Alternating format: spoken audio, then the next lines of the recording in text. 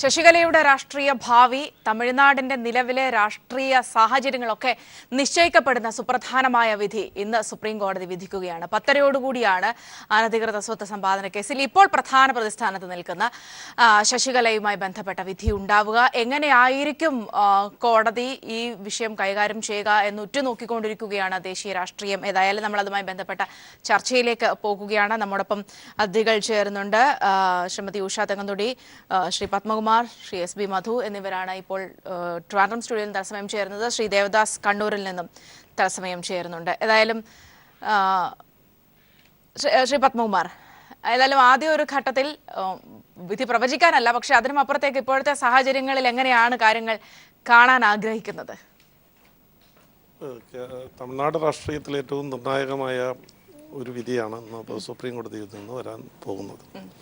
ആ വിധി അനുസരിച്ചിട്ടായിരിക്കും പനീർശെൽവം ആണോ മുഖ്യമന്ത്രിയായ സത്യപ്രതിജ്ഞ ചെയ്യാൻ പോകുന്നത്, അതല്ലെങ്കിൽ ശശികലയാണോ എന്നുള്ള കാര്യം വ്യക്തമാക്കുന്ന വിധിയാണ്. അപ്പോൾ അതിന് നമുക്കൊരു പ്രവചനം അസാധ്യമാണ്. കാര്യം ജുഡീഷ്യറിയാണ്. അപ്പോൾ നമുക്കിങ്ങനെ പ്രവചിക്കാൻ ഇന്നതുപോലെ ആയിരിക്കുമെന്ന് പ്രവചിക്കാൻ കഴിയില്ല. പക്ഷേ അതിൻ്റെ പോസിബിലിറ്റീസ് നമുക്ക് വേണമെങ്കിൽ അനലൈസ് ചെയ്യാന്നുള്ളത്. നിങ്ങൾ നേരത്തെ റിപ്പോർട്ടർ പറഞ്ഞതുപോലെ ഇപ്പോൾ 2 അംഗ ബെഞ്ചാണ്, സുപ്രീം കോടതിയുടെ ബെഞ്ചാണ് ഈ ഹൈക്കോടതി വിധി കുറ്റവിമുക്തയാക്കിക്കൊണ്ടുള്ള ഹൈക്കോടതി വിധിയെ അപ്പീലിൽ ഇപ്പോൾ 2 അംഗ ബെഞ്ചാണ് ഉള്ളത്. അപ്പോൾ ഒരു 3-4 പോസിബിലിറ്റീസ് നമുക്ക് വേണമെങ്കിൽ പറയാം. ഒന്നുകിൽ ഇവർ രണ്ടുപേരും കൂടി ഒരുമിച്ച് ഒരു ജഡ്ജ്മെൻറ്റ്, ജോയിൻറ്റ് ജഡ്ജ്മെൻറ്റ് വരാം. അപ്പോൾ ജോയിൻറ്റ് ജഡ്ജ്മെൻറ്റ് വരികയാണെങ്കിൽ വേറെ പ്രോബ്ലം ഒന്നുമില്ല. അതിലെന്താണ് പ്രതിപാദിക്കുന്നത് എന്നനുസരിക്കും രാഷ്ട്രീയം പോകുന്നത്. അതല്ല എങ്കിൽ സുപ്രീം കോടതി കേസായതുകൊണ്ട് ജഡ്ജിമാർക്ക് പ്രത്യേകിച്ച് സ്പ്ലിറ്റ് ജഡ്ജ്മെൻറ്റ്, വിയോജിപ്പ്, 2 പേർക്ക് 2 രീതിയിൽ ജഡ്ജ്മെൻറ്റ് ഉണ്ടാക്കാം, 2 ജഡ്ജ്മെൻറ്റ് പുറപ്പെടുപ്പിക്കാം. ഒരു പക്ഷേ 2 ജഡ്ജ്മെൻറ്റിൻ്റെയും ഉള്ളടക്കം ഒന്നാവാം, അല്ലെങ്കിൽ രണ്ട് രീതിയിലാവാം. 2 രീതിയിലായാൽ വീണ്ടും ശശികലയുടെ കാര്യം വളരെ കഷ്ടത്തിലാവും. പഴയ കാര്യങ്ങളിലേക്ക് വീണ്ടും പ്രശ്നങ്ങൾ വരും. കാരണം 3ാമതൊരു ബെഞ്ച് കോൺസ്റ്റിറ്റ്യൂട്ട് ചെയ്ത് 3 അംഗ ബെഞ്ച് കോൺസ്റ്റിറ്റ്യൂട്ട് ചെയ്ത് അങ്ങോട്ട് പോകേണ്ട ഒരു അവസ്ഥ വരും. അതുവരെ എന്തായാലും ഇവർ കുറ്റവിമുക്തയാണോ അല്ലെങ്കിൽ കുറ്റക്കാരിയാണോ എന്ന് പറയാൻ കഴിയാത്ത സാഹചര്യത്തിൽ എന്തായാലും സത്യപ്രതിജ്ഞ ചടങ്ങ് നടക്കാൻ സാധ്യത ഇല്ല. അതുപോലെ തന്നെ മറ്റൊരു കാര്യം, ഇനി സുപ്രീം കോടതിക്ക് ചെയ്യാമെന്നുള്ളൊരു കാര്യം, എന്തെങ്കിലും ഈ അസറ്റ്സിലുള്ള കാൽക്കുലേഷൻ്റെ കണക്കിലുള്ള പ്രശ്നം വന്നിട്ട് ഹൈക്കോടതി വിധി ക്യാൻസൽ ചെയ്തിട്ട് വീണ്ടും ഒന്നേന്ന് ഹൈക്കോടതി ഇതിലോട്ട് തിരിച്ച് ഒന്ന് കാൽക്കുലേറ്റ് ചെയ്യാൻ വേണ്ടിയിട്ട് വേണമെങ്കിൽ അയക്കാം. അങ്ങനെ വന്നാലും അപ്പോൾ ട്രയൽ കോടതി വിധി പ്രിവെയിൽ ചെയ്യും. അപ്പോൾ എന്തായാലും ഈ ശശികലയ്ക്ക് സത്യപ്രതിജ്ഞാ ചടങ്ങ് ഉടനെ നടത്താൻ കഴിയില്ല. ഏതായാലും ഈ പോസിബിലിറ്റീസ് ഏറ്റവും കൂടുതൽ ഉള്ളത് ശശികലയ്ക്ക് എതിരായിട്ടുള്ള ഒരു സാഹചര്യമാണ് ഈ വിധിയോടുകൂടി ഉണ്ടാകാൻ പോകുന്നത് എന്നുള്ളതാണ് എൻ്റെ ഒരു വിലയിരുത്തൽ. യെസ്, ശ്രീമതി ഉഷ തെങ്ങന്തൊടി, ഇവിടെ നമ്മൾ മനസ്സിലാക്കേണ്ടത് ഈ ഒരു കേസ് എന്നതിനപ്പുറത്തേക്ക് ഈ കേസ് കൊണ്ടുചെന്നെത്തിച്ചിരിക്കുന്ന തമിഴ്നാട് രാഷ്ട്രീയത്തിന്റെ സാഹചര്യങ്ങൾ തന്നെയാണ്. ഇപ്പോൾ നേരത്തെ തമിഴ്നാട്ടിൽ നിന്ന് ആൾക്കാർ സംസാരിക്കുന്നത് നമ്മൾ കണ്ടു. പക്ഷേ ഇപ്പോഴത്തെ ഈ ഒരു രാഷ്ട്രീയം എത്തി നിൽക്കുന്നത് ഈ കേസിന്റെ ഒരു അറ്റത്താണ്. അവിടെ അതിൽ താങ്ങിയാണ് ഒരുപക്ഷെ ഗവർണർക്ക് തീരുമാനമെടുക്കുന്നതിൽ നിന്നും കാര്യങ്ങൾ നീങ്ങുന്നത്. ഈ MLA-മാരെ ഇങ്ങനെ പിടിച്ചുകൂട്ടി ഒരു ലക്ഷറി തടവെന്ന രീതിയിലേക്ക് അവിടെ പോലും അസ്വാരസ്യങ്ങൾ ഉണ്ടാകുന്നു, അങ്ങനെയുള്ള പ്രശ്നങ്ങൾ ഉണ്ടാകുന്നു, അതിലേക്ക് എത്തി നിൽക്കുന്നത്. സത്യം പറഞ്ഞാൽ തമിഴ്നാട് രാഷ്ട്രീയം ഒരു വല്ലാത്ത അവസ്ഥയിലേക്ക് നീങ്ങിക്കൊണ്ടിരിക്കുകയാണ്. തമിഴ്നാട് രാഷ്ട്രീയം എന്ന് പറയുന്നതിനേക്കാൾ ഉപരി അവിടുത്തെ ജനങ്ങളുടെ മനസ്സ് അവർ വല്ലാതെ അപ്സെറ്റാണ്. കാരണം വളരെ ശാന്തമായി, ഇന്ത്യയിൽ തന്നെ വളരെ ശാന്തമായി ജീവിതം നയിച്ചു കൊണ്ടുപോകുന്നൊരു സ്റ്റേറ്റാണ് തമിഴ്നാട്. ആ തമിഴ്നാട്ടിൽ ഇപ്പോൾ നടക്കുന്നത് അരക്ഷിതാവസ്ഥയാണ്. കാരണം ഞാൻ പല പ്രാവശ്യം പറഞ്ഞതാണ്, ജയലളിത എന്ന് പറയുന്ന ജയലളിതാമ്മയുടെ മരണം അത് വലിയ ദുരൂഹതയാണ്. ആ ദുരൂഹത ഇല്ലായിരുന്നു, അമ്മ നിന്ന നിപ്പിൽ ഒരു അറ്റാക്ക് വന്ന് മരിച്ചു, ഇല്ലെങ്കിൽ ഒരു ആക്സിഡന്റിലോ, അതൊക്കെ സ്വാഭാവികം. അങ്ങനെ വന്നപ്പോ ഇല്ലെങ്കിൽ അമ്മ ആത്മഹത്യ ചെയ്താലും നമുക്ക് ചിന്തിക്കാം. പക്ഷേ 77 ദിവസം ഹോസ്പിറ്റലിൽ എന്ത് സംഭവിച്ചു എന്ന് ശശികല അമ്മ പറയാത്തിടത്തോളം കാലം അവർക്ക് ചെന്നൈയിൽ ഒരു സ്ഥാനമില്ല. ചെന്നൈയിലെന്നല്ല, ലോകത്തിൽ എവിടെ ഒളിച്ചാലും അവരെ ചെന്നൈ മക്കൾ ഇല്ലെങ്കിൽ തമിഴ് മക്കൾ അവരെ വിടില്ല. കാരണം അവർ 34-33 വർഷം അമ്മയുടെ സന്തത സഹചാരി, ശരിക്കും പറഞ്ഞു കഴിഞ്ഞാൽ ജോലിക്കാരി, ഒരു കാസറ്റ് വിൽപ്പന കടയിലെ കാസറ്റ് വിൽപ്പനക്കാരിയായി ജീവിതം തുടങ്ങി അമ്മയുടെ കൂടെ ചരിത്രപരമായ നേട്ടങ്ങളിലൂടെ മുന്നോട്ട് വന്നു. അമ്മയുടെ ബിനാമിയായിരുന്നു. അതിനുശേഷം ഒരു നിർണായക ഘട്ടത്തിൽ അമ്മ തന്നെ പുറത്താക്കി അവരെ. അവിടുന്ന് വീണ്ടും വലിയൊരു ലെറ്റർ എഴുതുകയാണ്. പ്രിയമുള്ള അക്ക, ഞാൻ വന്ന് എല്ലാവരെയും എന്നുடைய കുടുംബം മുതൽ കൊണ്ട് ഞാൻ എല്ലാവരെയും കളഞ്ഞിട്ട് ഞാൻ അക്കയുടെ പിന്നാലെ വരികയാണ്. എനിക്ക് അക്കയല്ലാതെ വേറെ ആരുമില്ല. എനിക്ക് അതിലൊരു കുറിപ്പിട്ട ഭാഗത്ത് അവർ എഴുതിയിട്ടുണ്ട്, എനിക്ക്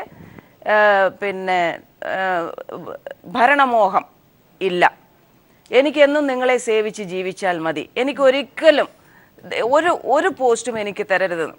അതിൻ്റെ മുൻപും പിൻപും അമ്മ എനിക്കിരിക്കുന്ന പൊതുക്കുളു എന്ന് പറയുന്ന ഒരു പോസ്റ്റ് പോലും അമ്മ അവർക്ക് കൊടുത്തിട്ടില്ല. അപ്പൊ പിന്നെ ഒരു സുപ്രഭാതത്തിൽ അമ്മ മരിക്കുന്നു. അമ്മ മരിച്ചത് എങ്ങനെയാന്ന് പുറത്തു പറയുന്നില്ല. അമ്മ ഹോസ്പിറ്റലായ ഒറ്റ ദിവസം പോലും അമ്മയുടെ മനസാക്ഷി സൂക്ഷിപ്പുകാരനായ OP-യെ അകത്ത് കയറ്റുന്നില്ല. OP എന്നല്ല, ആരെയും. പിന്നെ കയറ്റി എന്ന് ഞാൻ അറിയപ്പെട്ടത് രാഹുൽ ഗാന്ധിയാണ്. അത് ഈ അമ്മയുടെ ആരാന്ന് ഞങ്ങൾക്ക് ആർക്കും അറിയില്ല. പിന്നെ ഇത്രയൊക്കെ നിർണായക ഘട്ടം വന്നു.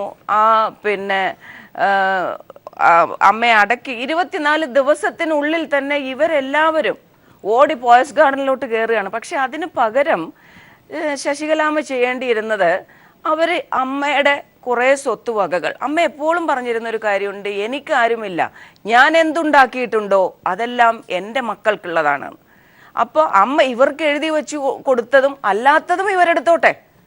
പോയസ് ഗാർഡനെ ഒരു അമ്മയുടെ നമ്മളെന്താ പറയുക, ഒരു സ്മാരകമായി അമ്മ വളരെ 1.5 ലക്ഷം രൂപ കൊടുത്തങ്ങാണ്ട് അമ്മ അഭിനയിക്കുന്ന കാലത്ത് വളരെ കഷ്ടപ്പെട്ട് വാങ്ങിച്ച ഒരു വസ്തുവാണ്.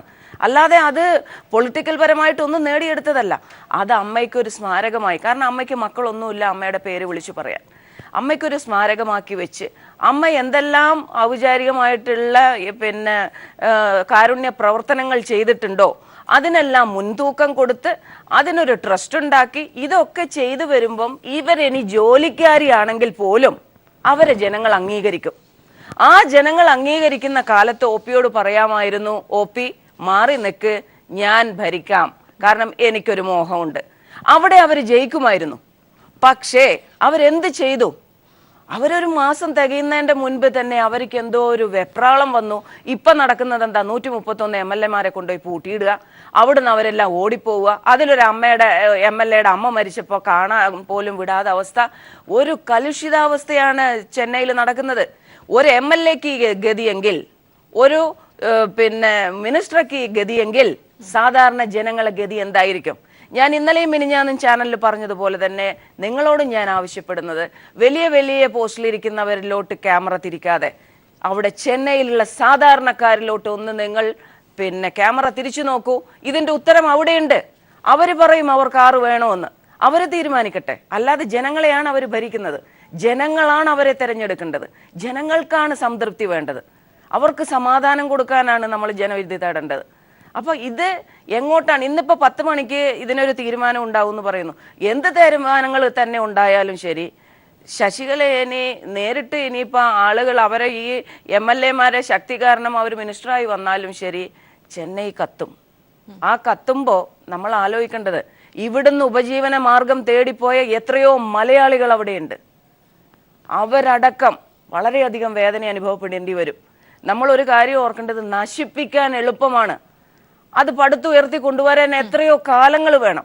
27-28 വർഷം ഞാൻ ചെന്നൈയിൽ താമസിക്കുന്നുണ്ട്. ഞാൻ 1987 മുതൽ ചെന്നൈയിലുള്ളതാ. ഓരോ മലയാളിയുടെ മനസ്സെനിക്കറിയാം. അവരെന്തൊക്കെയോ സ്വപ്നങ്ങൾ കണ്ടാണ് അവിടെ ജീവിക്കുന്നത്. അപ്പോൾ ഇങ്ങനെ ഒന്നിക്കൽ വിദ്യാഭ്യാസപരമായിട്ടോ ഇല്ലെങ്കിൽ ഒരു വിവരം ഉള്ള ഒരു സ്ത്രീ ആണെങ്കിൽ പോലും നമുക്ക് അംഗീകരിക്കാം. ഇവർക്കൊരു വിവരവും വിദ്യാഭ്യാസവും ഇല്ലാത്തൊരു സ്ത്രീയാണ്. അവർക്ക് ആകെ ഉള്ളത് ഒരു അധികാര മോഹം. അമ്മ ഇരുന്ന കസേരയിൽ ഞാൻ ഇരിക്കണം ഒരു ദിവസമെങ്കിലും. പക്ഷെ അത് ആ ഒരു മോഹം കാരണം ഒരു ജനത അവരെന്താവും എന്നുള്ളത് അവർ ചിന്തിക്കുന്ന പോലുമില്ല. അതാണ് എനിക്ക് പറയാനുള്ളത്. തിരികെ എത്താം. തമിഴ് വികാരം എങ്ങനെയാണ് എന്നുള്ളതിനെ കുറിച്ചാണ് ഇപ്പോൾ ശ്രീമതി ഉഷ സംസാരിച്ചത്. ഏതായാലും ശ്രീ മധുവിലേക്കും ശ്രീ ദേവദാസിലേക്കും ഞാൻ വളരെ വേഗം തിരികെ എത്താം. ഏതായാലും നിർണായകമായ വിധി വരാൻ ഇനി 1 മണിക്കൂറിന്റെ കാത്തിരിപ്പ് മാത്രമാണ് ഉള്ളത്. അനധികൃത സ്വത്ത് സമ്പാദന കേസിൽ ശശികലയ്ക്കെതിരായ വിധി സുപ്രീം കോടതി ഇന്ന് പുറപ്പെടുവിക്കുകയാണ്. ഇതിനനുസരിച്ചിരിക്കും സ്വാഭാവികമായും തമിഴ്നാട് രാഷ്ട്രീയം. ഇനി ചർച്ച തുടരുകയാണ്. ശ്രീ മധുവിലേക്ക് പോകുന്നു. ഒരുപക്ഷെ ഇതിനു മുൻപും ഇത്തരം വലിയ കേസുകൾ തമിഴകം ഫേസ് ചെയ്തിട്ടുണ്ട്. ജയലളിത ജയിൽ പോയത് അടക്കമുള്ള കാര്യങ്ങൾ. പക്ഷേ അപ്പോഴൊന്നും ഇല്ലാത്ത ഒരു സാഹചര്യമാണ് ഇപ്പോൾ ഉരുത്തിരിഞ്ഞിരിക്കുന്നത്. ഇവിടെ സൂചിപ്പിച്ചതുപോലെ തന്നെ ഒരുപക്ഷെ ആദ്യഘട്ടത്തിൽ ഉണ്ടായിരുന്ന ആ ഒരു പിന്തുണ, കുറച്ചെങ്കിലും ഉണ്ടായിരുന്ന പിന്തുണ, ഒരു അമ്മ സപ്പോർട്ടൊക്കെ ഇന്നിപ്പോൾ ശശികലയ്ക്കൊപ്പം ഇല്ലാത്തൊരവസ്ഥയിലേക്കാണ് കാര്യങ്ങൾ പോകുന്നത്. ഈ ഒരു സാഹചര്യത്തെ എങ്ങനെയാണ്, ഇപ്പോഴത്തെ ഒരു രാഷ്ട്രീയ സാഹചര്യത്തെ എങ്ങനെയാണ് കാണുന്നത്? DMK സംബന്ധിച്ചിടത്തോളം അണ്ണാ DMKയുടെ മൂപ്പളമ തർക്കത്തിൽ DMKയ്ക്ക് യാതൊരു പങ്കുമില്ല. ഇന്നലെ തന്നെ ഞങ്ങളുടെ ബഹുമാനപ്പെട്ട പാർട്ടി ലീഡർ ദളപതി MK സ്റ്റാലിനെ അതിനെക്കുറിച്ച് അസന്നിഗ്ധമായിട്ട് പ്രഖ്യാപിച്ചിട്ടുണ്ട്. പക്ഷേ ഇവിടെ ഒരു തർക്കം നടക്കുന്നത് അരാഷ്ട്രീയവാദിയും രാഷ്ട്രീയവാദിയും എന്നുള്ള 2 ആംഗിളിലുള്ള ഒരു തർക്കമാണ് തമിഴ്നാട്ടിൽ ഇപ്പോൾ നടന്നുകൊണ്ടിരിക്കുന്നത്. അണ്ണാ DMK സംബന്ധിച്ചിടത്തോളം എൻ്റെ അറിവിൽ ഒരു 2ാം നിര നേതാവ് ഇല്ല എന്നാണ് ശശികല പ്രചരിപ്പിച്ചുകൊണ്ടിരിക്കുന്നത്. പക്ഷേ എങ്കിൽ എനിക്ക് തിരിച്ചൊരു ചോദ്യം ചോദിക്കാനുണ്ട്. രാഷ്ട്രീയത്തിൻ്റെ ഏതെങ്കിലും മേഖലയിൽ ശശികലയെ ഇത്രയും വർഷം ജയലളിത കൂടെ കൊണ്ട് നടന്നിട്ട് ഒരു പഞ്ചായത്ത് മെമ്പർ പോലും ആക്കിയതായിട്ട് ഞങ്ങളാരും കേട്ടിട്ടില്ല. അതേസമയം പന്നീർസെൽവത്തിനെ ഒരു 2ാം നേതാവാക്കി പറയാതെ തന്നെ ഒരു 2ാം നിര നേതാവാക്കി പല ഘട്ടങ്ങളിൽ അദ്ദേഹത്തെ തമിഴ്നാട് മുഖ്യമന്ത്രിയായി. സുബ്രഹ്മണ്യ സ്വാമിയുടെ വാക്കുകളാണ് നമ്മൾ കേട്ടത്. ശ്രീ റഹീം കൂടി നമ്മോടൊപ്പം ചർച്ചയിൽ പങ്കുചേരുന്നുണ്ട്. ശ്രീ റഹീം, ഒരുപക്ഷെ ഇവിടെ നേരത്തെ സൂചിപ്പിച്ചതുപോലെ തന്നെ കേസുകളും കാര്യങ്ങളും ഒന്നും തമിഴ്നാടിനെ സംബന്ധിച്ചിടത്തോളം, ADMK സംബന്ധിച്ചിടത്തോളം, അല്ലെങ്കിൽ തമിഴ്നാട് പാർട്ടികളെ സംബന്ധിച്ചിടത്തോളം പുത്തരിയല്ല. നമുക്കറിയാം ജയലളിതയെത്തി നിന്നിട്ടുള്ള സാഹചര്യങ്ങൾ നമുക്കറിയാം. പക്ഷെ അതിനുമപ്പുറത്താണ് ശശികലയുടെ സാഹചര്യം. കാരണം അവരുടെ രാഷ്ട്രീയ ഭാവിയും ADMKയുടെ ഭാവിയും ഒക്കെ തന്നെ നിശ്ചയിക്കുന്ന തരത്തിലേക്ക് ഈ വിധി ചെന്ന് നിൽക്കുകയാണ്. ഒരുപക്ഷെ അത് എങ്ങനെയായിരിക്കും, വിധി എന്തായാലും അത് എങ്ങനെയായിരിക്കും തമിഴ്നാട് രാഷ്ട്രീയത്തിൽ പ്രതിഫലിക്കുന്നത്? പ്രവചനാതീതമായിരിക്കും എന്നാണ് എൻ്റെ അഭിപ്രായം. കാര്യം നമുക്ക് ഏവർക്കും അറിയാം, തമിഴ് മക്കൾ വല്ലാതെ സെൻസിറ്റീവായൊരു സമൂഹമാണ്. ഇന്ത്യയിലെ ഇതര സംസ്ഥാനങ്ങളിൽ നിന്നും വളരെ വ്യത്യസ്തമായൊരു ചരിത്ര പശ്ചാത്തലവുമാണ് തമിഴ്നാടിനുള്ളത്. ഇത്തരം കാര്യങ്ങളോടുള്ളവരുടെ പ്രതികരണം ഇപ്പോൾ ഇവിടെ യഥാർത്ഥത്തിൽ ശ്രീമതി ജയലളിത മരിച്ചതിന് ശേഷം തന്നെ അന്ന് ഓരോ ഘട്ടത്തിലും ശശികല മുൻപോട്ട് വരുമ്പോഴെല്ലാം ശശികലയ്ക്കെതിരെ ഉയർന്ന ആരോപണങ്ങളും ജനങ്ങളുടെ വികാരങ്ങളും ഒക്കെ ഉണ്ടായിരുന്നു. അപ്പോൾ യഥാർത്ഥത്തിൽ ഞാൻ മനസ്സിലാക്കുന്നിടത്തോളം കൃത്യമായൊരു വേർതിരിവ്, ആരുടെ പക്ഷത്ത്, ജനങ്ങൾ ഓരോരുത്തരും ആരുടെ പക്ഷത്ത് എന്നതിനെ സംബന്ധിച്ച് വ്യക്തമായൊരു നിലപാട് തമിഴ് ഇതുവരെയും പൂർണ്ണമായിട്ട് എടുത്തിട്ടില്ല എന്നാണ് എനിക്ക് തോന്നുന്നത്. ആ ഒരു വേർതിരിവ് വളരെ പ്രകടമായി കാണുന്നില്ല. ഒരുപക്ഷെ 2 കൂട്ടരിലുമുള്ള ആത്മവിശ്വാസവും അതുതന്നെയായിരിക്കും. നാളെ ജനം കൂടുതൽ എന്നോടൊപ്പം നിൽക്കും എന്നുള്ളതാണ്. ഇപ്പോൾ MLA-മാരുടെ സാങ്കേതികത്വം മാത്രമല്ല, ഇപ്പോൾ MLA-മാരിലും MP-മാരിലും തന്നെ പനീർസെൽവത്തിനൊപ്പവും ശശികലയ്ക്കൊപ്പവും ഓരോ ദിവസം കഴിയുന്നതോറും ആളുകളുടെ എണ്ണത്തിൽ മാറ്റമെല്ലാം കാണുന്നുണ്ട്. പിന്നെ റിസോർട്ടിൽ താമസിക്കുന്നവരെ സംബന്ധിച്ച് അവരുടെ ഒരു സ്വതന്ത്രമായ പ്രതികരണം വരുമ്പോൾ മാത്രമേ അത് സംബന്ധിച്ച് നമുക്ക് അറിയാനും കഴിയുള്ളൂ. അപ്പോൾ നിയമസഭയ്ക്കകത്ത് ബലപരീക്ഷണത്തിന് അവസരം വരികയാണ് എങ്കിൽ അറ്റോർണി ജനറൽ അങ്ങനെ നിർദ്ദേശിച്ചു എന്നാണല്ലോ മനസ്സിലാക്കുന്നത്. അങ്ങനെ വന്നു കഴിഞ്ഞാൽ അപ്പോഴൊക്കെ മാത്രമേ അറിയാൻ കഴിയൂ. പക്ഷേ ജനം ആരുടെ പക്ഷത്ത് എന്ന് ഞാൻ കരുതുന്നത് ഇന്നത്തെ വിധിയോടുകൂടി കുറേ കൂടി ചിത്രം ക്ലിയറാകും എന്നാണ് ഞാൻ കരുതുന്നത്. തമിഴ് ജനത ആരോടൊപ്പമായിരിക്കും നിൽക്കുക, എയും ബിയും തിരിയാൻ പോകുന്നത് ഇന്നായിരിക്കും. അതുകൊണ്ട് തന്നെ ഇന്നത്തെ വിധിക്ക് വളരെ നിർണായകമായ പങ്കുണ്ട്. നിർണായകമായൊരു ദിവസമാണിന്ന് തമിഴ്നാടിനെ സംബന്ധിച്ചിടത്തോളം. എന്തുതന്നെയായാലും നമ്മുടെ ജനാധിപത്യത്തിൽ സംഭവിച്ചുകൂടാത്ത കാര്യങ്ങളാണ് സംഭവിക്കുന്നത് എന്നുള്ളതാണ് ഒരു രാഷ്ട്രീയ വിദ്യാർത്ഥി എന്ന നിലയിൽ പറയാനുള്ളത്. ജനാധിപത്യത്തിൽ ഇത്തരം കാര്യങ്ങൾ എങ്ങനെയല്ല നടക്കേണ്ടത്. ഒരു ഭരണത്തിൻ്റെ തുടർച്ചയുണ്ടാകണം, അധികാരത്തിൻ്റെ വടംവലികൾ, ഇതെല്ലാം തന്നെ നമ്മുടെ ജനാധിപത്യ വ്യവസ്ഥയെ കളങ്കപ്പെടുത്തുന്നതാണ്. ഇപ്പോഴും രാജ്യത്തിൻ്റെ ഡെമോക്രാറ്റിക് സിസ്റ്റത്തിന് നമ്മുടെ ദൗർബല്യങ്ങളാണ്. ഈ അനുഭവങ്ങളുടെ കൂടിയൊക്കെ പശ്ചാത്തലത്തിൽ യഥാർത്ഥ നമ്മുടെ ജനാധിപത്യ സംവിധാനങ്ങളിൽ മാറ്റം വരുത്തേണ്ട കാലം കൂടിയായി എന്നാണ് എൻ്റെ അഭിപ്രായം. കാര്യം ഇത് പലയിടത്തും ഉണ്ടാകുന്നു. ഇങ്ങനെ ഇപ്പോൾ MLA-മാരെ അവർ സ്വതന്ത്രമായി താമസിക്കുന്നു എന്ന് പറയുന്നു, പക്ഷേ റിസോർട്ടിൽ കൊണ്ടുപോയി താമസിപ്പിക്കുകയാണ്. അപ്പോൾ ജനാധിപത്യത്തെയാണ് യഥാർത്ഥത്തിൽ കൂട്ടിലടച്ചിട്ടിരിക്കുന്നത്. ഇത് അവിടെ മാത്രമല്ല, ഇപ്പോൾ അവിടെ തന്നെ ഉണ്ട് എന്ന് ഹേബിയസ് കോർപ്പസ് കൊടുത്തപ്പോൾ എവിടെയുണ്ട് എന്ന് ചൂണ്ടിക്കാണിക്കാനെങ്കിലും ഒരു സ്ഥലമുണ്ടായി. പക്ഷേ മറ്റു പല അനുഭവങ്ങളും ഇതിനു മുമ്പ് ഉണ്ടായിട്ടുണ്ട്. അപ്പോൾ ഇതുപോലെയുള്ള കുതിരക്കച്ചവടങ്ങളും തടവിൽ പാർപ്പിക്കലും പോലുള്ള കാര്യങ്ങൾ ഇപ്പുറത്തും അതുപോലെ തന്നെയാണ്. ഭീഷണി, ഇപ്പോൾ പനീർസെൽവത്തിനെതിരായ ഭീഷണി വന്നു എന്ന് പറയുന്നു. അപ്പോൾ ഇത്തരം പ്രവണതകളെ ജനാധിപത്യത്തിൽ ഭൂഷണമല്ല. അപ്പോൾ തമിഴ്നാടിൻ്റെ ഈ കഴിഞ്ഞ ദിവസങ്ങളിലെ അനുഭവങ്ങൾ നമ്മെ പഠിപ്പിക്കുന്ന കാര്യം, ഏറ്റവും പ്രധാനം, തമിഴ്നാടിൻ്റെ പ്രശ്നങ്ങൾ ഇപ്പോൾ നേരത്തെ സൗമ്യ പറഞ്ഞതുപോലെ അവിടെ ഒരു പുത്തരിയൊന്നുമല്ല. അവിടെ ഇപ്പോൾ ഇത് വന്നു പോവും, അല്ലെങ്കിൽ വൈകാരികമായ പ്രകടനങ്ങളുണ്ടാകും, ഒക്കെ ശരി. പക്ഷേ ഇന്ത്യൻ ജനാധിപത്യം ഇതിൽ നിന്നും പഠിക്കേണ്ട ചില പാഠങ്ങളുണ്ട്. ഇത്തരത്തിലുള്ള അനുഭവങ്ങൾ ഇനി ഇന്ത്യൻ ജനാധിപത്യത്തിൽ ആവർത്തിക്കാൻ പാടില്ല. അനിശ്ചിതത്വങ്ങൾ ജനാധിപത്യത്തിൽ പാടില്ല. ഭരണത്തിന് തുടർച്ചയാണ് ഉണ്ടാകേണ്ടത്. അന്ന് ശ്രീമതി ജയലളിത അന്ന് മരിക്കുമ്പോൾ അന്ന് രാത്രിയിൽ തന്നെ ഒരു കാവൽ മന്ത്രിസഭ അധികാരമേറ്റത് യഥാർത്ഥത്തിൽ വളരെ വളരെ പോസിറ്റീവായൊരു സൈനായിരുന്നു കൊടുത്തത്. എല്ലാവരും ജയലളിതയുടെ മരണത്തോടു കൂടി അത് അപകടം പിടിച്ചൊരവസ്ഥയിലേക്ക് പോകും തമിഴ്നാട് എന്ന് പ്രവചിച്ചവരായിരുന്നു ഏറെയും. പക്ഷെ എല്ലാവരെയും അത്ഭുതപ്പെടുത്തിക്കൊണ്ട് അന്ന് രാത്രി ഒരു പ്രശ്നവുമില്ലാതെ യുനാനിമസ് ആയിട്ടൊരു മന്ത്രിസഭയ്ക്ക് അധികാരമേൽക്കാൻ കഴിഞ്ഞു. ആ പോസിറ്റീവ് സൈൻ, ആ പോസിറ്റീവ് ട്രെൻഡ് പിന്നീട് നിലനിർത്താനാവുന്നില്ല എന്നുള്ളതാണ് ദൗർഭാഗ്യകരം. അത്തരമൊരു അവസ്ഥ ഇപ്പോൾ വീണ്ടും സൃഷ്ടിക്കപ്പെടുകയാണ്. ഇപ്പോൾ ഇന്നത്തെ വിധി വളരെ നിർണായകമാണ് എന്നാണ് എൻ്റെ പ്രതീക്ഷ.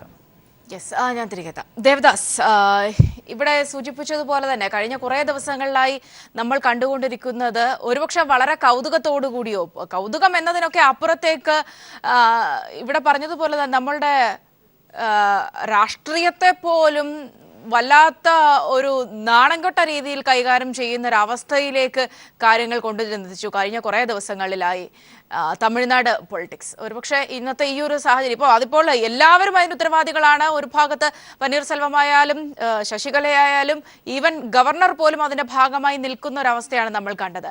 ഈ ഒരു സാഹചര്യം അതിപ്പോൾ ഇന്നത്തെ ഈ ഒരു വിധിയെ നമ്മൾ വലിയ രീതിയിൽ ഉറ്റുനോക്കുന്നുണ്ട് എങ്കിലും ഇതൊരു വലിയ സൂചകമാണ്. ഇങ്ങനെയായിരിക്കും ഇവിടുത്തെ പൊളിറ്റിക്സ് എന്നതിൻ്റെ ഇന്ത്യയിലെ ഒട്ടാകെ ഒരു പക്ഷേ ആ വിധത്തിലൊരു സൂചകമാണോ ഈ തമിഴ്നാട് പൊളിറ്റിക്സിൽ സംഭവിച്ചുകൊണ്ടിരിക്കുന്ന കാര്യങ്ങൾ? സൗമ്യ, ഇത് എന്താ സംഭവിക്കുന്നതെന്ന് പറഞ്ഞാൽ ഡ്രാമ ഓഫ് എബ്സിഡിറ്റിയാ ഇവിടെ കളിക്കുന്നത്.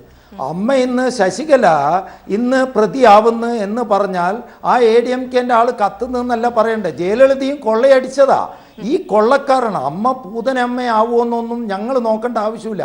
ഇപ്പോൾ ഉള്ള പ്രോബ്ലം, കഴിഞ്ഞ ആഴ്ച ഗവർണറുടെ അടുത്ത് ADMK പനീർശെൽവം പോയിട്ട് പറഞ്ഞു, ഞാൻ മാറി നിൽക്കുന്നതാണ്, ഇനി ശശികലയാണ് ലീഡ് ചെയ്യേണ്ടത്, സെലക്ട് ചെയ്തു എന്ന് പറഞ്ഞു.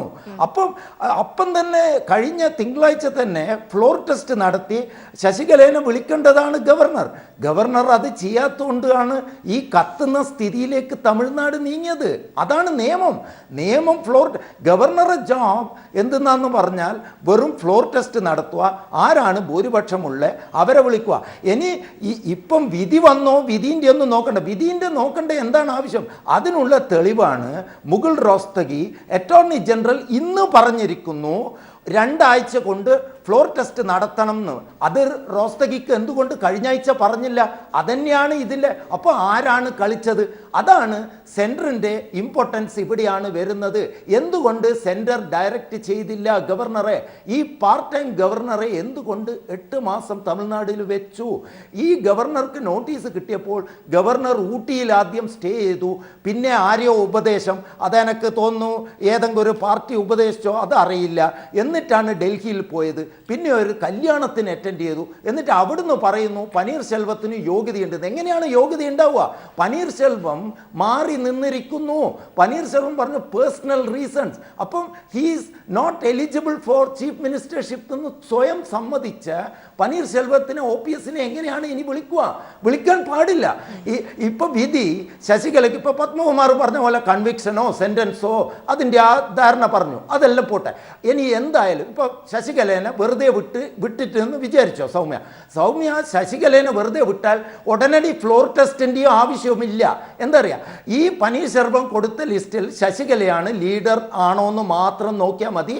ശശികലേനെ അതിൻ്റെ ഭൂരിപക്ഷം സ്വയറിൻ ചെയ്യാൻ വിളിക്കുവാണ് വേണ്ടത്.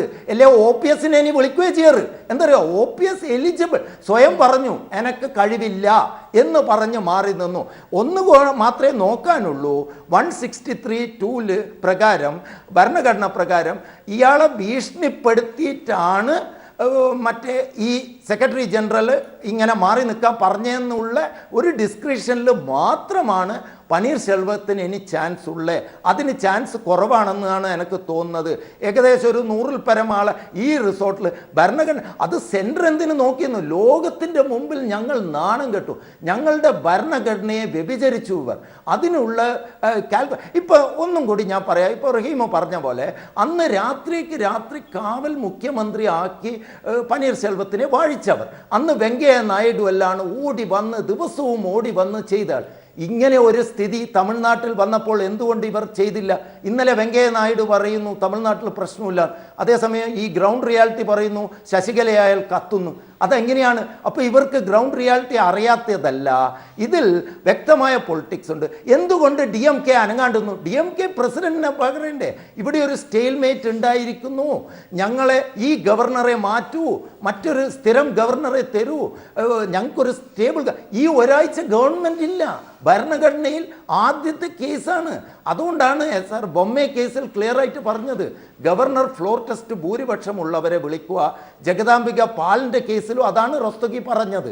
ആ കേസ് റിവൽ ചെയ്യുക. പിന്നെ 164 നോക്കുക, 163(2) നോക്കുക. ഒന്ന് OPSനെ വിളിക്കുക. ശശികലേനെ കൺവിക്റ്റ് ചെയ്തെങ്കിൽ തന്നെ ശശികലേൻ്റെ പാർട്ടിയിലുള്ള എലക്റ്റഡ് മെമ്പേഴ്സ് AIADMKയിലുള്ള ഒരു നേതാവിനെ ശശികല നോമിനേറ്റ് ചെയ്ത ആളെ വിളിക്കുക. അത്രയേ ഉള്ളൂ. ഇവിടെ എന്ന് പറഞ്ഞാൽ കോൺസ്റ്റിറ്റ്യൂഷണൽ ക്രൈസിസോ കോൺസ്റ്റിറ്റ്യൂഷണൽ പ്രോസസ്സിലോ തമിഴ്നാട്ടിൽ പ്രശ്നമില്ല. പ്രശ്നം ഇവരുടെ ഇന്റേണൽ പ്രശ്നം. നമ്മളൊരു കട്ടോ മുരുടെ വേലക്കാരിയാണോ, ഓള മുഖം കോഞ്ഞാട്ടയായോ, മുഖത്ത് പൗഡർ ഇല്ലേ എന്നൊന്നുമല്ല നോക്കട്ടെ, ഓക്ക് സൗന്ദര്യമില്ല ജയലളിതൻ്റെ എന്നൊന്നുമല്ല നോക്കട്ടെ. അവർ MLA തിരഞ്ഞെടുത്ത MLAമാർ തിരഞ്ഞെടുത്ത ലീഡർ അതിനെ വിളിച്ചോളൂ. അതാണ് ഇവിടെ. ഇപ്പോൾ വാജ്പേയി ഗവൺമെൻറ്റിനെ 13 ദിവസമല്ലേ, എന്താണ് സ്റ്റേബിൾ ഗവൺമെൻറ് ഉണ്ടാക്കാൻ പറ്റുകയുള്ളൂ. ഫ്ലോർ ടെസ്റ്റിൽ തോറ്റു, വാജ്പേയി ഇറങ്ങി, അത്രയേ ഉള്ളൂ. ഇപ്പോൾ കഴിഞ്ഞ ആഴ്ച വന്നാലും ഈ ആഴ്ച ശശികലേൻ്റെ വേർഡിക്റ്റ് വന്ന് ശശികലനെ കൺവിക്റ്റ് ചെയ്തെങ്കിൽ ശശികലയോട് ഇന്ന് ഇറങ്ങാൻ പറഞ്ഞാൽ ഈ ക്രൈസിസ് ഉണ്ടാവില്ലേനു. ഈ റിസോർട്ടിൽ മദ്യവും ഈ മസാജും ആയിട്ട് കഴിയില്ലായിരുന്നു. ഈ കൂട്ടിലടച്ച് ഈ ഗ്രൗണ്ടിൽ ആൾക്കാരെ ഈ ഫ്ലെയിം ചെയ്യാൻ വേണ്ടി, കത്താൻ വേണ്ടി, തമിഴ്നാട് കത്തേണ്ട കനലുകളാക്കി എല്ലാവരും വെച്ചിരിക്കുന്നു. അതിൽ DMKക്ക് പങ്കുണ്ട്, അതിൽ സെൻട്രൽ ഗവൺമെന്റിന് പങ്കുണ്ട്, ഈ ഗവർണർക്ക് ഞാൻ തിരികെ എത്താം.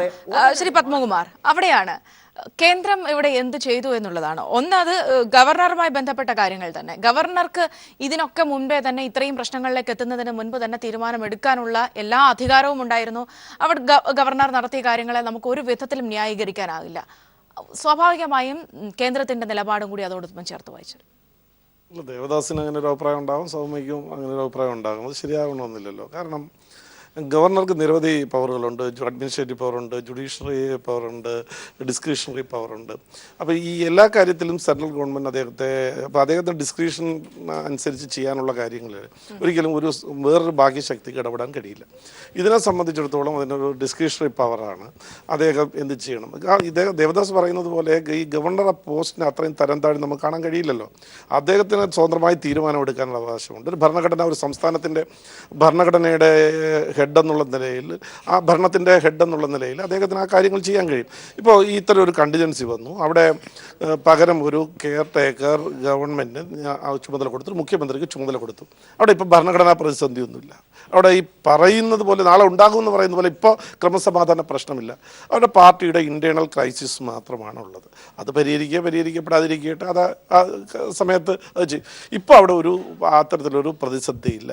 പിന്നെ എഴുതി കൊടുക്കുന്ന ആരെങ്കിലും എഴുതി കൊടുക്കുന്ന കാര്യങ്ങളെല്ലാം അപ്പടി കേട്ടുകൊണ്ട് ഉടനെ ചെയ്യണം എന്ന് പറയും, ഇത്ര സമയത്തിനുള്ളിൽ ചെയ്യണമെന്നുള്ള ഒരു ഭരണഘടനാ നിബന്ധനയും ഇല്ല. മുമ്പ് ഇതുപോലെ അനുഭവങ്ങൾ ഒത്തിരി അനുഭവമായിട്ട്. സോണിയാഗാന്ധി ലിസ്റ്റ് കൊടുത്തല്ലോ മുമ്പ്. സോണിയാഗാന്ധി ലിസ്റ്റ് കൊടുത്തതനുസരിച്ച് എന്തായി അവസാനം?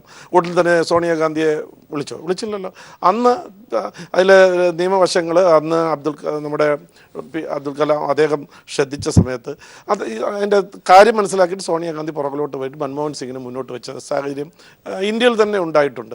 അതുകൊണ്ട് ഇത് ആവശ്യമില്ലാതെ സെൻട്രലിനെ ഇതിനകത്ത് കയറ്റി വെച്ചുകൊണ്ട് എന്തോ BJPക്ക് എന്തോ താല്പര്യമുണ്ട് ഒന്ന് വരുത്തി തീർക്കാൻ ശ്രമിക്കുകയാണ്. ഞങ്ങളെ സംബന്ധിച്ചിടത്തോളം അവിടെ ഞങ്ങൾക്ക് ജനപ്രതിനിധിത്വമുള്ളൂ, അല്ല പ്രത്യേക താല്പര്യമൊന്നുമില്ല. അത് സംസ്ഥാനത്തിൻ്റെ താല്പര്യമുള്ളൂ, തമിഴ്നാടിൻ്റെ താല്പര്യമുള്ളൂ. പിന്നെ ഞങ്ങൾക്ക് രണ്ട് മുന്നണികളും ഒരു വളരെ തൊട്ടുകൂടാത്ത ആളുകളെന്നുള്ള ഈ രണ്ട് മുന്നണികളുമായിട്ട് ഞങ്ങൾ ബന്ധം ഉണ്ടാക്കിയിട്ടുണ്ട്. DMK-യുമായി ബന്ധം ഞങ്ങളുമായി ഉണ്ടാക്കിയിട്ടുണ്ട്, ADMK-യുമായി ബന്ധം ഉണ്ടാക്കിയിട്ടുണ്ട്. അതുകൊണ്ട് ഞങ്ങൾക്ക് ആരെങ്കിലും ഒരാളെ അവിടെ പ്രതിഷ്ഠിച്ച് എന്തെങ്കിലും രാഷ്ട്രീയ നേട്ടം ഉണ്ടാക്കണമെന്നൊരു താല്പര്യമില്ല.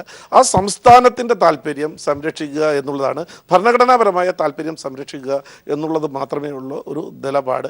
ഗവർണറെ സംബന്ധിച്ചിടത്തോളം അദ്ദേഹത്തിൻ്റെ ഡിസ്ക്രിപ്ഷനാണ്, അദ്ദേഹത്തിന് ആലോചിച്ച് തീരുമാനമെടുക്കാം. വേറൊരു കാര്യം കൂടി ഇതിൽ ഏറ്റവും പ്രധാനപ്പെട്ട എനിക്ക് പറയാനുള്ളത് ഒരു 3 കാര്യങ്ങളുണ്ട്. ഒന്ന്, ഈ ഗവർണർ ആലോചിച്ചിട്ടുള്ളത് ഒന്ന് ഡിസ്പ്രൊപ്പോർഷനേറ്റ് ആയിട്ടുള്ള അസറ്റ്സ്, അതുപോലെ ഈ ശശികലയ്ക്കെതിരായിട്ട് രണ്ട് കേസ് നിയമം ലംഘിച്ചതിന് കാർ ഇറക്കുമതിയുമായി ബന്ധപ്പെട്ട് 2 കേസ് വേറെ നിലനിൽപ്പുണ്ട്. അതേപോലെ തന്നെ കോൺഫ്ലിക്റ്റ് ഓഫ് ഇൻട്രസ്റ്റ് എന്നുള്ള നിലയിൽ ഒരു ഭരണഘടനയുടെ ഏറ്റവും പ്രധാനപ്പെട്ട ഒരു കാര്യം, ഇവർ അവിടുത്തെ മിഡാസ് എന്ന് പറയുന്ന ഒരു വലിയ കമ്പനിയുടെ മെയിൻ പാർട്ണറാണ്. ഈ കമ്പനിയാണ് ഈ തമിഴ്നാടിന് മൊത്തം ലിക്കർ ഇപ്പോഴും സപ്ലൈ ചെയ്തുകൊണ്ടിരിക്കുന്നത്. അതിൽ നിന്ന് പുറകോട്ട് അവർ പോയിട്ടില്ല, പാർട്ണർഷിപ്പ് മാറിയിട്ടില്ല. അതൊരു കോൺഫ്ലിക്റ്റ് ഓഫ് ഇൻട്രസ്റ്റ് വരും, അതൊരു ഭരണഘടനാ പ്രശ്നമാണ്. അതുകൊണ്ട് ഒരു പേപ്പർ ഒപ്പിട്ട് തന്നു എന്ന് പറഞ്ഞുകൊണ്ട് ഇതൊന്നും നോക്കണ്ട, ഗവർണർ കണ്ണുടച്ചുകൊണ്ട് ഈ തരണ പേപ്പർ വാങ്ങിച്ചങ്ങ് ചെയ്യണമെന്ന് പറഞ്ഞാൽ അദ്ദേഹത്തിനൊരു ഡിസ്ക്രിപ്ഷണറി പവറുണ്ട്. അത് അദ്ദേഹം അതിൽ വീഴ്ച വരികയും അത് ആർബിട്രേറ്റ് ചെയ്യുമ്പോൾ മാത്രമേ മറ്റേതെങ്കിലും കാര്യത്തിലുള്ള ഇടപെടലോ കോടതിയുടെ ഇടപെടലോ മറ്റോ ഉണ്ടാവാൻ സാധ്യതയുള്ളൂ. ഒരുപക്ഷെ ശ്രീ ദേവദാസ് ചൂണ്ടിക്കാണിച്ചത് ഒരു ഗവർണർ ആദ്യഘട്ടത്തിൽ മാറി നിൽക്കുന്നു, ഗവർണർ എവിടെയെന്നറിയത്തില്ലാത്ത ഒരവസ്ഥ വരുന്നു, പിന്നീട് ഒരു ഫംഗ്ഷനിടയിൽ ഇതുമായി ബന്ധപ്പെട്ട യാതൊരു ഒരു ഫംഗ്ഷനിടയിൽ OPS-നെ അനുകൂലിച്ച് സംസാരിക്കുന്നു. ഇത്തരം കാര്യങ്ങളൊക്കെയാണ് ശ്രീ ദേവദാസ് ചൂണ്ടിക്കാണിച്ചത്. ഗവർണർ അവിടെ ഇല്ല എന്ന് പറഞ്ഞാൽ എല്ലാവർക്കും അറിയാമല്ലോ, തമിഴ്നാട്ടിൽ ഒരു ഫുൾ ടൈം ഗവർണർ ഇല്ല. ഭരണഘടനാപരമായിട്ട് വേറൊരു സംസ്ഥാനത്തിൻ്റെ ഗവർണർക്ക് വേറൊരു സംസ്ഥാനത്തിൻ്റെ കൂടി മറ്റൊരു സംസ്ഥാനത്തിൻ്റെ കൂടി ചുമതല വഹിക്കുന്നതിൽ ഭരണഘടനാ തെറ്റൊന്നുമില്ല. അതിലെന്തെങ്കിലും മാറ്റം വരുത്തണമെന്നുണ്ടെങ്കിൽ ഇവിടെ തമിഴ്നാട്ടിൽ ബഹളം ഉണ്ടാക്കിയിട്ടോ അല്ലെങ്കിൽ BJP-യെ കുറ്റം പറഞ്ഞിട്ട് കാര്യങ്ങൾ നമ്മൾ ഭരണഘടന ഉണ്ടാക്കിയപ്പോൾ തന്നെ അതുണ്ട്, നമുക്കത് ഡിബേറ്റ് ചെയ്യാം, പാർലമെന്റിൽ ചർച്ചയാക്കാം. ഗവർണർക്ക് ഇനി മേലിൽ ഒരു സ്റ്റേറ്റിൻ്റെ ഭരണമേ നോക്കാൻ പാടുള്ളൂ എന്നൊരു നിയമം വരാം. ഇപ്പം നിലവിൽ നിയമം അനുസരിച്ച് അതിലൊരു അപാകതയുമില്ല. അദ്ദേഹം മറ്റു സംസ്ഥാനങ്ങളിൽ ഉണ്ട്, 2 ദിവസത്തിനകത്ത് തന്നെ ഇവിടെ വന്നിട്ടുണ്ട്. നിങ്ങൾക്കറിയാമല്ലോ, ഒരു കണ്ടിജൻസി ഉണ്ടായ സമയത്ത് തന്നെ ഒരു കെയർ ടേക്കറെ വെച്ചു, ഗവൺമെന്റ് വെച്ചു. അവിടെ ഭരണഘടനാ പ്രതിസന്ധി അപ്പം അവസാനിച്ചു. ഇനി സമീപകാലത്ത് ഉണ്ടാകുന്ന മറ്റു രാഷ്ട്രീയ മാറ്റം അത് ഗവർണർ സൂക്ഷ്മം വീക്ഷിക്കുകയാണെന്നാണ് എൻ്റെ.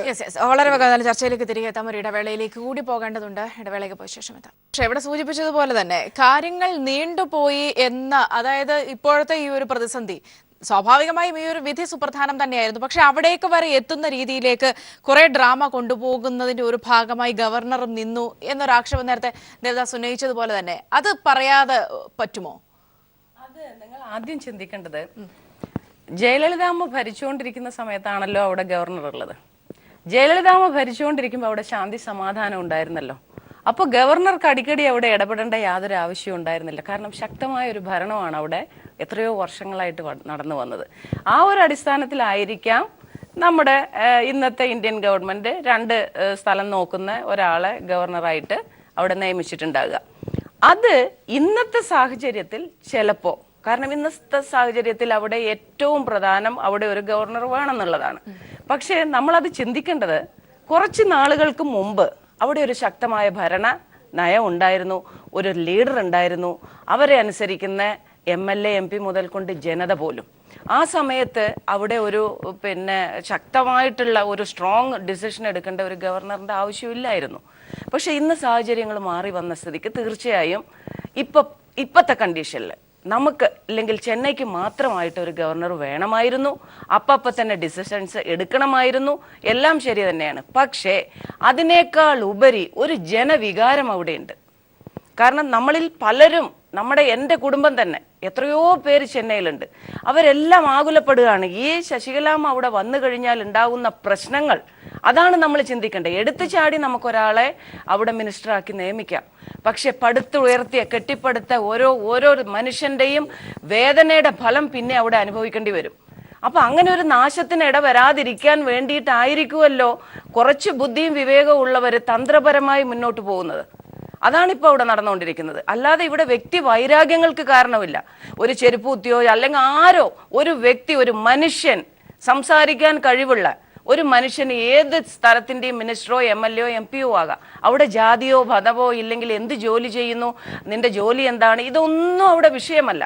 പക്ഷെ ഇവിടെ നടന്നിരിക്കുന്നത് അവരുടെ മേലിൽ ചുമത്തപ്പെട്ടിരിക്കുന്ന ആരോപണങ്ങളും പ്രശ്നങ്ങളും കേസുകളും പിന്നെ അവരെ പേരിൽ ഇപ്പൊ നിങ്ങൾ തന്നെ സൂചിപ്പിച്ചു ഏതൊക്കെയോ കമ്പനി, ഇതിപ്പോ ഒരു കമ്പനിയുടെ പേരേ നിങ്ങൾക്കറിയുള്ളൂ, 100-ൽ പരം കമ്പനിയുടെ ഓണറാണ് അവര്.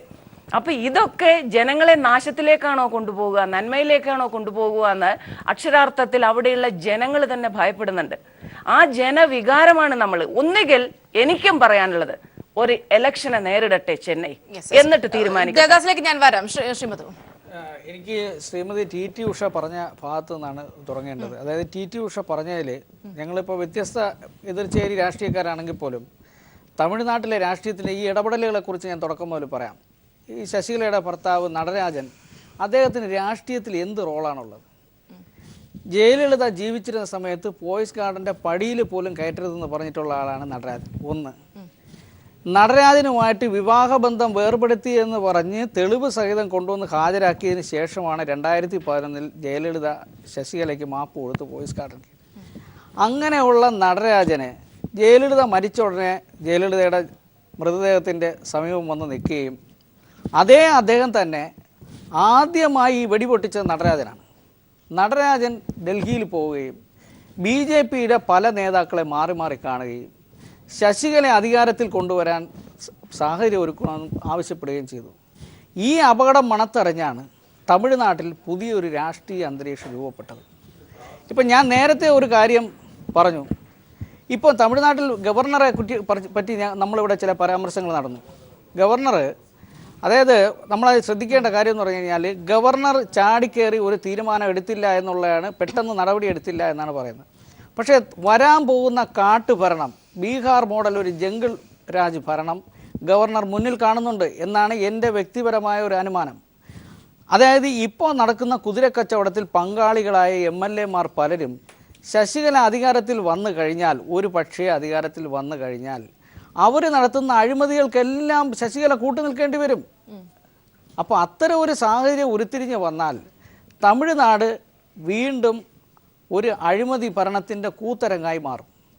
ഈ ഒരു സാഹചര്യം അതേസമയം ശശികലയുടെ സ്ഥാനത്ത് വേറെ ഏതെങ്കിലും തിരഞ്ഞെടുക്കപ്പെട്ട ഒരു MLA ആയിരുന്നു ആദ്യം മുന്നോട്ട് വന്നിരുന്നെങ്കിൽ ഒരുപക്ഷെ ഗവർണർ ഇത്തരത്തിലുള്ള ഒരു തീരുമാനം എടുക്കില്ലായിരുന്നു എന്നാണ് എൻ്റെ വിശ്വാസം. ഇതിനെ നമ്മൾ വെറും ഗവർണറോടുള്ള ഒരു ഗവർണറിൽ ഈ ചർച്ച കോർണറിൽ ചെയ്തു പോകുന്നത് രാഷ്ട്രീയത്തിന് ചേർന്ന കാര്യമല്ല. അദ്ദേഹം പറഞ്ഞു നടരാജൻ ഡൽഹിയിൽ പോയി കണ്ടു എന്ന് പറയുന്നത് BJP ലീഡേഴ്സിനെ അല്ല, അദ്ദേഹം കണ്ടത് കോൺഗ്രസിലെ ലീഡേഴ്സിനാണ്. അത് കോൺഗ്രസ് അഡ്മിറ്റ് ചെയ്തിട്ടുണ്ട്. കേസ് നടത്തുന്നതിന് വേണ്ടിയിട്ട് മനു അഭിഷേക് സിംഗ്വിയൊക്കെയാണ് അവർ കണ്ടതെന്ന് കോൺഗ്രസിൻ്റെ ക്ലാരിഫിക്കേഷനും വന്നിട്ടുണ്ട്. BJP